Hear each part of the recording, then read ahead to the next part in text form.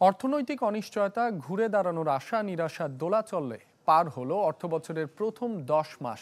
Reserve রেমিটেন্সের ধারাবাহিকতা, রফতানি প্রবৃদ্ধি আর চড়া মূল্যস্ফীতির উত্তাপ খানিকটা কমায় মিলেছে স্বস্তি। তবে বড় চ্যালেঞ্জের নাম নিম্নমুখী প্রবৃদ্ধি, বিনিয়োগ কর্মসংস্থানে ভাটা, বিদেশি ঋণের চাপ আর উন্নয়ন প্রকল্পের ধীরগতি। তবে সব মিলিয়ে অন্তর্বর্তী সরকারের ঘুরে দাঁড়ানোর প্রচেষ্টাকে সাধুবাদ জানিয়েছেন অর্থনীতিবিদরা। রাকিব আল জাবেদের রিপোর্টে বিস্তারিত। চলতি অর্থবছরের শুরুটাই হয় অনিশ্চয়তা, অস্থিরতার সংকটের উপর ভর করে। এরপর ঐতিহাসিক পরিবর্তনের মাধ্যমে আগস্টে দায়িত্বে বসে অন্তর্বর্তী সরকার। সীমাহীন পাচার, লুটপাট আর দায়দেনায় জর্জরিত অর্থনীতিকে টেনে তুলতে যারা নিতে থাকে একের পর এক উদ্যোগ, ফলও আসতে শুরু করে অল্প সময়ে। তাই এপ্রিল পর্যন্ত 10 মাসের সার্বিক মূল্যায়ন আমলে নিয়ে বিশ্লেষকরা বলছেন, স্থিতিশীলতার বিচারে মোটামুটি স্বস্তি এসেছে অর্থনীতিতে, যার পেছনে কাজ করেছে সরকারের কৌশলী কর্মপরিকল্পনা। নেগেটিভ যেভাবে আর কি নাম ছিল, স্লাইড করছিল, সেটাকে তারা বন্ধ করেছেন। সেটা রিজার্ভের ক্ষেত্রে, আমাদের এক্সচেঞ্জ রেটের ক্ষেত্রে। আবার অন্য দিক থেকে সংস্কারের কাজগুলোতে তারা হাত দিয়েছেন, যেটা ইমিডিয়েটলি আমি যদি ফলাফল, ইতিবাচক ফলাফলগুলো নাও দেখি, তাহলে এটার একটা পদচিহ্ন থেকে যাবে সামনের দিকে। গেল 10 মাসের সাফল্যের সবচেয়ে বড় সূচক ছিল প্রবাসী আয়। বাংলাদেশ ব্যাংকের হিসাবে যা 28% বেড়ে দাঁড়ায় প্রায় $2,500 কোটি। একই সাথে 10% বেড়ে রপ্তানি আয় ছাড়ায় 4,000 কোটির ঘর। বহির্খাতের এই সাফল্যে ভর করে $200 কোটি বাড়ে বৈদেশিক মুদ্রার মজুদ। শুধু তাই নয়, এই সময়ে পরিশোধ করা হয় বিদ্যুৎ, জ্বালানি সহ বিভিন্ন খাতের প্রায় $300 কোটি দায় দেনা।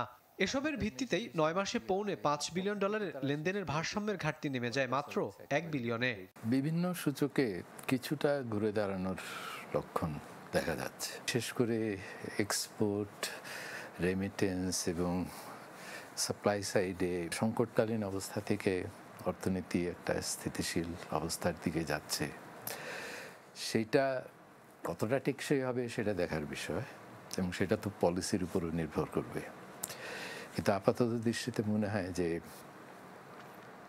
অর্থনীতি যাত্রাটা একটু বেগবান হবে।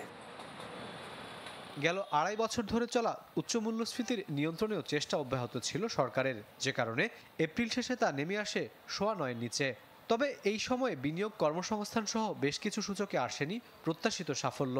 এছাড়া চিন্তা বাড়িয়েছে রাজস্ব ও বিদেশি অর্থ ছাড়ে নিম্নমুখী প্রবণতা এবং IMF-এর ঋণ ঘিরে টানাপোড়েন। বিনিয়োগ, কর্মসংস্থান, ক্রয় ক্ষমতা, এইটার দিক থেকে অবশ্যই সাধারণ মানুষের যে প্রত্যাশাটা ছিল, সেই প্রত্যাশাটা পূরণ হয় নাই। এটার বাস্তব কারণও আছে। এবারের রাজনৈতিক টানাপোড়েনে মারাত্মক ব্যাহত হয় প্রকল্প বাস্তবায়ন। ফলে সাম্প্রতিক সময়ের মধ্যে সবচেয়ে কম ছিল এডিপি ব্যয়। অর্থবছরের প্রথম 10 মাস পার হয়ে গেলেও এখনও পুরোপুরি পূরণ হয়নি সামষ্টিক অর্থনীতিতে স্থিতিশীলতা ফিরিয়ে আনার লক্ষ্য। তবে প্রত্যাশার অনেকখানি পূরণ হয়েছে বলে মনে করেন বিশ্লেষকরা। Rakib Al Jabed, channel 24, Dhaka. Breakfast, tiffin কিংবা স্ন্যাক টাইমে মজাদার আয়োজন মানে অল টাইম ব্রেড।